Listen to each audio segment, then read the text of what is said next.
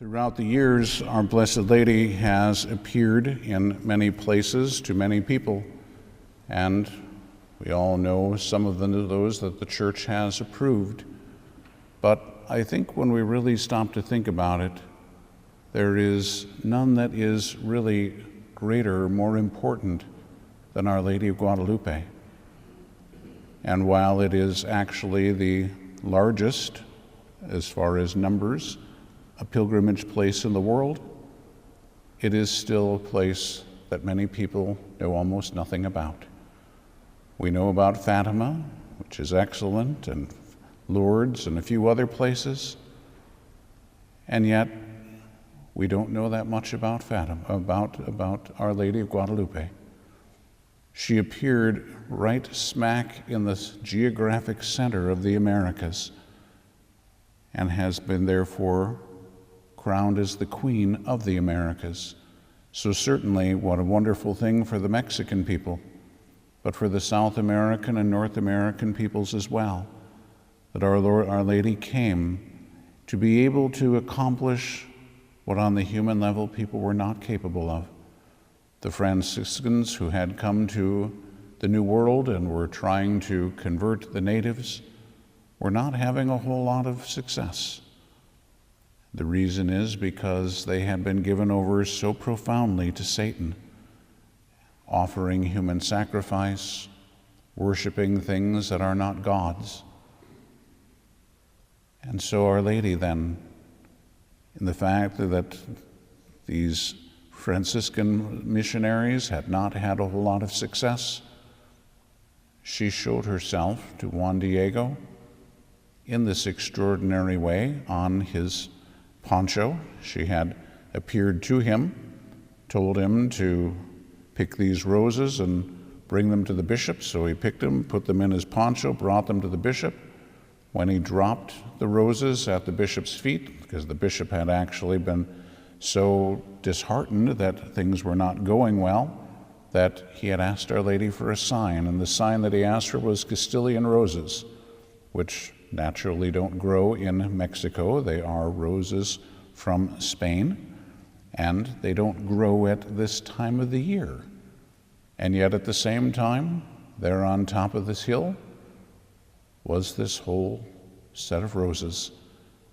He picked them, brought them to the bishop, and as he dropped the roses on the floor like a Polaroid, this image of Our Blessed Lady began to appear.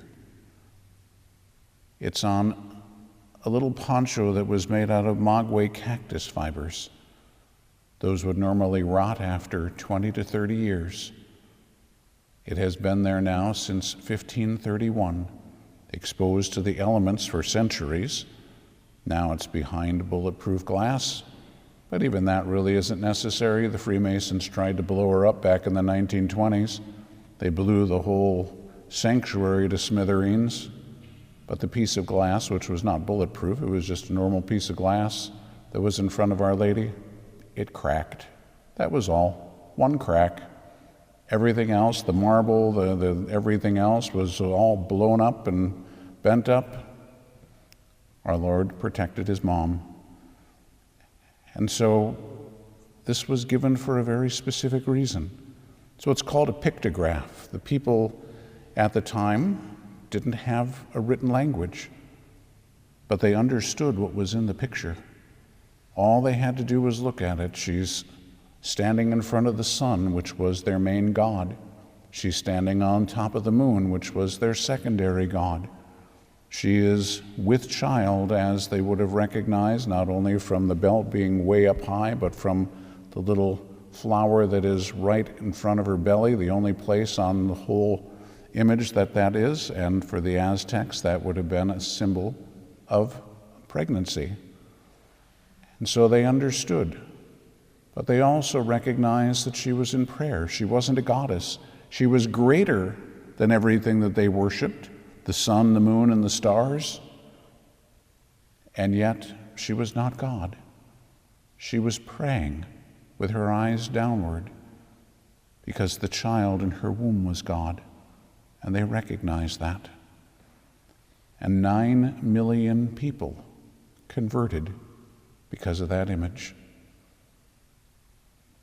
Now we need to go further, because back, whatever it was, 20, 30 years ago, somebody got the odd idea, I don't know where anybody would have gotten this idea from, but it's pretty amazing, to have some professionals come in, because they had recognized in the eyes of Our Lady that it was exactly what you'd see in normal human eyes. There was the reflection of Juan Diego and the bishop, and on the one side, and then there was a whole crowd of people on the other side of her eye.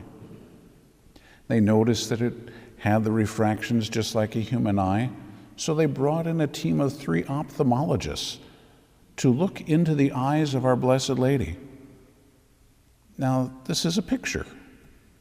Now, I should also point out that to this day, they have no idea where the colors came from. They are not of earth. They are not anything that is earthly. On top of that, turquoise usually fades out within 20 years, and the turquoise in there is still in perfect condition after almost 500 years. But when these ophthalmologists looked into Our Lady's eyes with all of their equipment, they testified later that they were looking into human eyes with rods and cones and all the things that human eyes have. They weren't looking at a picture. They were looking into real human eyes. Well, that led people to wonder, if they're looking into real human eyes, is there a real human baby that is in that womb that is pictured here? So they brought in some people and they did a sonogram. And guess what they found? A baby's heartbeat. This is alive. Now, the sad thing is that humanity, being as idiotic as we are sometimes, we think that we know better than God. And so people have decided to paint it. They painted her face. They painted the moon. It's like, what are you people thinking? Heaven gives us this image and we think that we can improve on it. It's pretty stupid.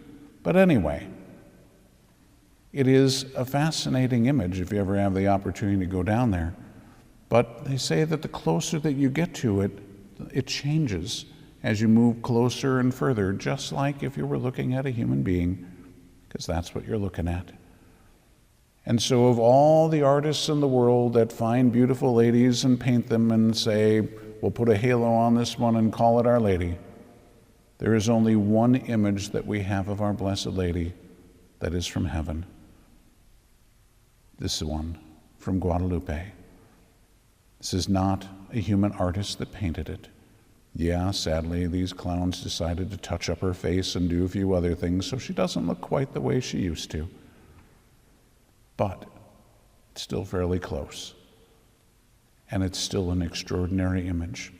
There is so much symbolism in it. It is so profound what Our Lady has done. And it's something that we need to be aware of. If this is what ended human sacrifice, it is what is going to end human sacrifice today in the same countries that she came to end human sacrifice in. If she has come to the hill country in the New World to be able to announce the presence of her Son, then she is continuing to do that. Her Son in her womb, just as we heard about in the gospel reading. He is there at work so that we can leap with joy at his presence, so that we can hear the greeting of our Blessed Lady. We can, in this case, literally see the greeting of our Blessed Lady, and we can rejoice. So I would recommend you, because all I gave you was just a tiny, tiny little bit of what this is really all about, because we don't have time, but I highly recommend to you to look into this if you're interested. Be able to look at the symbolism that is there. Be able to see just how extraordinary this is, that she even used the weave of the fabric to be able to make it almost look like a three-dimensional picture. It's really amazing how this all works and what they've been able to find in this. So it's well worth your time to look it up.